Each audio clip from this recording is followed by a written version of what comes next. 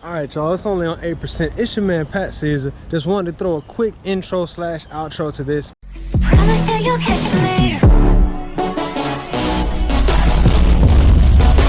Promise you you'll catch me.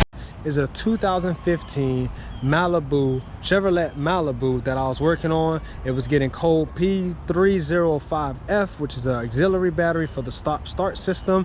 I'll have to get those other two codes from you, but mainly it was because of the crankshaft position sensor, and I can't remember the other one. I will get back to you guys, but I wanted to put that disclaimer right there. You're gonna see the quality drop because I'm on my GoPro right now, the GoPro Black Hero 7, and when I recorded how to change the actual crank sensor, I was using my cell phone because I couldn't get a charged battery. This one, matter of fact, is about to die. The customer is on a test drive, has been going for quite some time. My hands are dirty because all my gloves are gone, and I think that's about it for me today. Hope you guys enjoy, and I hope it helps. You got any questions or concerns, leave me a comment below. Until next time, mi gente, vi pro mundo beneficio.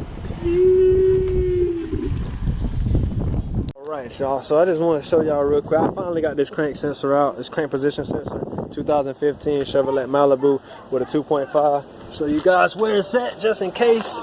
Let's make a quick video. I got a tarp down, as you can see. Alright, got you a light. What you're gonna need is you a 10mm extension J-shaped hook, and then that's it. You're gonna need a 13 with a 6-inch extension to get the starter out. You need to move the starter, and then if you can see, man, it's so hard to see. No space. This is the new crank sensor. I'm about to put it in.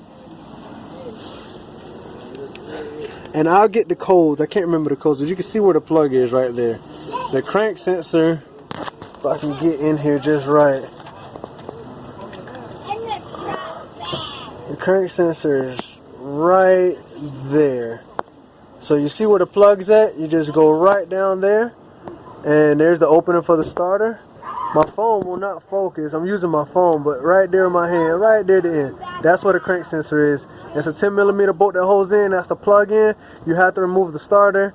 It's a 2 13mm bolts, and it's kind of a pain, but it ain't impossible. It should take you about 45 minutes to an hour, as long as you know where the crank sensor is at. So with that being said, I'm getting back underneath or out of this thing so I can finish. See y'all next time. Vi pro mundo beneficio. Peace.